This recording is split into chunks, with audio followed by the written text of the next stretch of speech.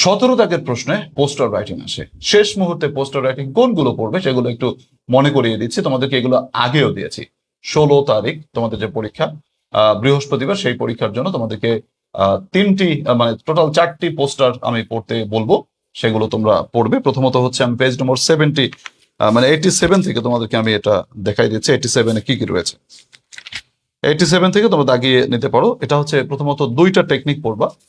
প্রথমত হচ্ছে তোমরা পড়বা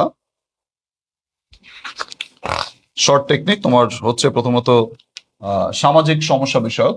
এক হচ্ছে সামাজিক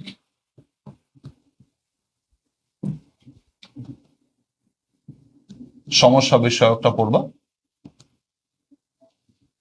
দ্বিতীয়ত রোগ বিষয়কটা পড়বা। আচ্ছা, তারপর 3 নম্বরটা পড়বা। 3 নম্বর পোস্টার আমাদের আছে। 3 নম্বরটা যেটা দেখো, আচ্ছা 3 নম্বর হচ্ছে পিওর ড্রিঙ্কিং ওয়াটার। এটা আলাদা পড়বা, আলাদা করে লেখা রয়েছে, এটা ফরম্যাটে লেখা নাই।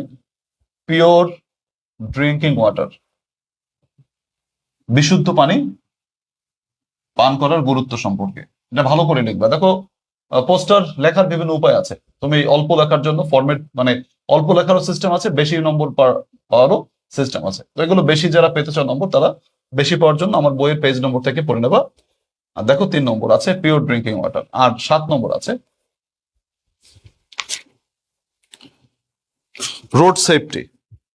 রোড সেফটি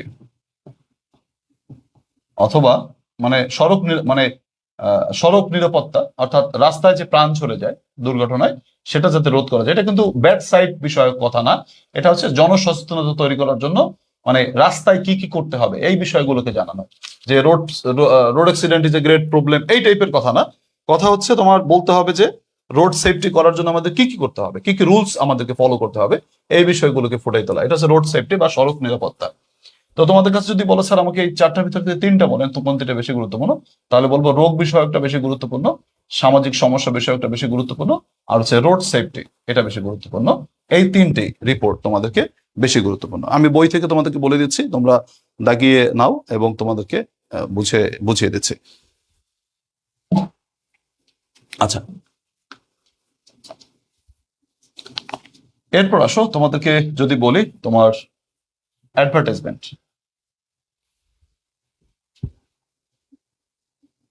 ডিগ্রি 3য় বর্ষের মানে সকল গ্রামাটিক মানে রাইটিং আইটেম গুলোর মধ্যে সব থেকে সহজ হচ্ছে অ্যাডভার্টাইজমেন্ট। অল্প লিখে বেশি নম্বর পাওয়া যায়। তো অ্যাডভার্টাইজমেন্ট যারা পড়তে চাও, 5টি অ্যাডভার্টাইজমেন্ট তোমাদেরকে বলে দেবো। 94 নম্বর পেজ বের করো। 94 পেজে দেখো তোমাদের অ্যাডভার্টাইজমেন্ট রয়েছে। প্রিয় শিক্ষার্থীরা, এগুলো নতুন সাজেশন নয়, এগুলো তোমাদের অনেক আগে সাজেশন দিয়েছি, বাট সেগুলোকে একটু রিভাইজ করিয়ে দিচ্ছি। তোমরা এগুলো পড়েছো কিনা জাস্ট একটু মনে করিয়ে দাও লাস্ট মোমেন্টে। দেখো তো তোমরা পড়েছো কিনা, আমি একটু তোমাদেরকে লিখে দিই। প্রথমত 5 নম্বর, 5 নম্বরে কি রয়েছে? 5 নম্বরে রয়েছে তোমার ইংলিশ কোর্স, ও সরি, বিক্রয় বিষয়ক টেকনিক। প্রথমে তো হচ্ছে তোমরা পড়বা বিক্রয় বিষয়। হচ্ছে তোমার প্রথমত হচ্ছে বিক্রয় বিষয়ক টেকনিক পড়বা। বিক্রয় বিষয়ক, যে কোনো বিক্রয় বিষয়ক বা ভাড়া বিষয়ক একই কথা, শুধু সেলের জায়গায় লেট লিখতে হবে, এই আর কি বিষয়। তো ভাড়া বিষয়ে পড়বা, বিক্রয় বা ভাড়া বিষয়ে। তারপরে 5 নম্বরে English course.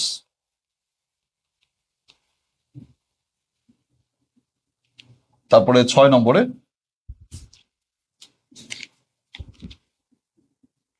Part time teacher, কিছু পার্ট টাইম টিচার দরকার।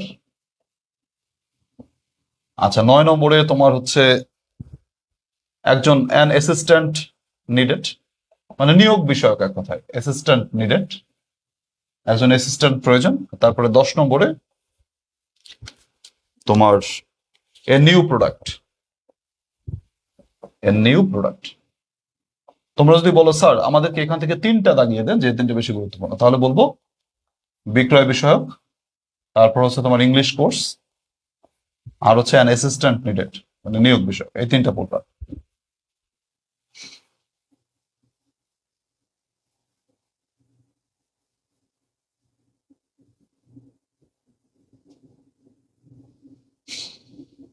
তো আশা করি তোমরা এইগুলো বুঝতে পেরেছো।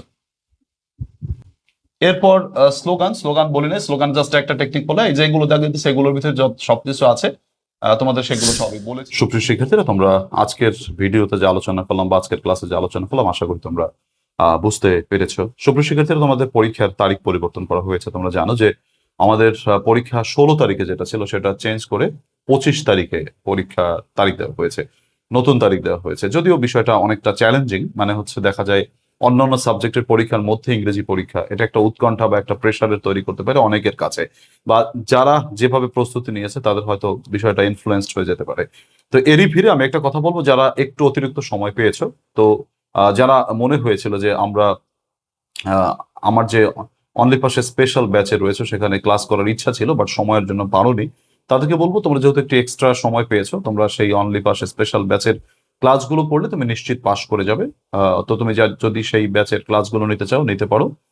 আর যদি ওই ব্যাচের পিডিএফ গুলো নিতে চাও, পিডিএফ গুলো তুমি যদি জাস্ট পড়ো তাতেও তুমি পাস করে যাবে। তবে পিডিএফ নিয়ে নিজের অবশ্য বুঝে নিতে হবে, পিডিএফ যদিও সাজানো গোছানো ভাবে দিয়েছি।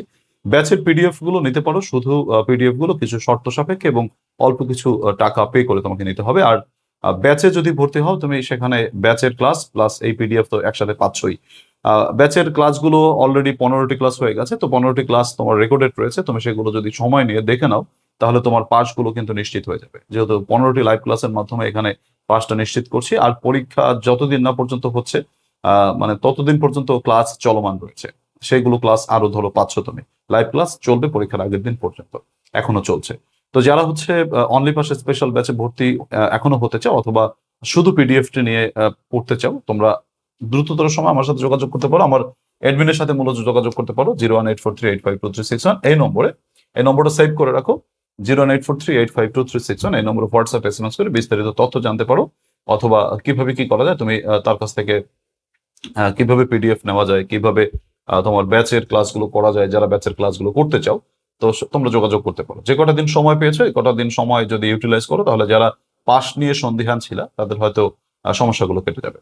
সুপ্রিয় শিক্ষার্থীরা, তো পরীক্ষার তারিখ পরিবর্তন হয়েছে বলে পরীক্ষার মানে ইংলিশ পড়াশোনাটা ছেড়ে দেওয়া যাবে না, ফাঁকে ফোকরে তোমাকে পড়াশোনাটা চালিয়ে রাখতে হবে। কারণ ইংলিশটা দেখা যায় তুমি যদি অফ করে রাখো তাহলে অনেক জিনিসই তুমি ভুলে যাওয়ার একটা সম্ভাবনা থাকে। তো এর জন্য সম্পূর্ণ সংখ্যা থাকে আর কি। যারা শেষ পর্যন্ত ভিডিওটি দেখেছো সকলকে ধন্যবাদ জানাই। তোমরা কমেন্টে মতামত জানাবে আর রিয়াকশন দিয়ে রাখবে, যাতে করে তুমি এই জাতীয় ক্লাসগুলো বারংবার পাও। কারণ ফেসবুক বা ইউটিউব মূলত তোমার অ্যাক্টিভিটির উপর ভিত্তি করে এই ভিডিওগুলো তোমার সামনে শো করে থাকে। সো আশা করি তোমরা রিয়াকশন বা কমেন্ট বা শেয়ার করে রাখবে, তাহলে ক্লাসগুলো তোমরা বারংবার পেয়ে যাবে। সুপ্রিয় শিক্ষার্থীরা, অনেক কথা বলেছি, তোমরা ভালো করে প্রস্তুতি নাও।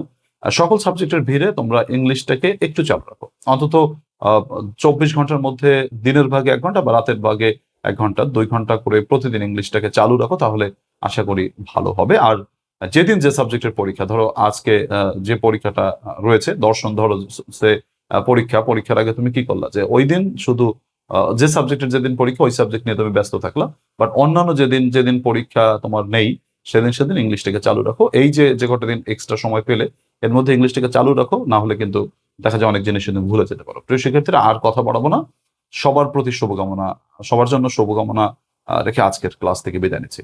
আল্লাহ হাফেজ।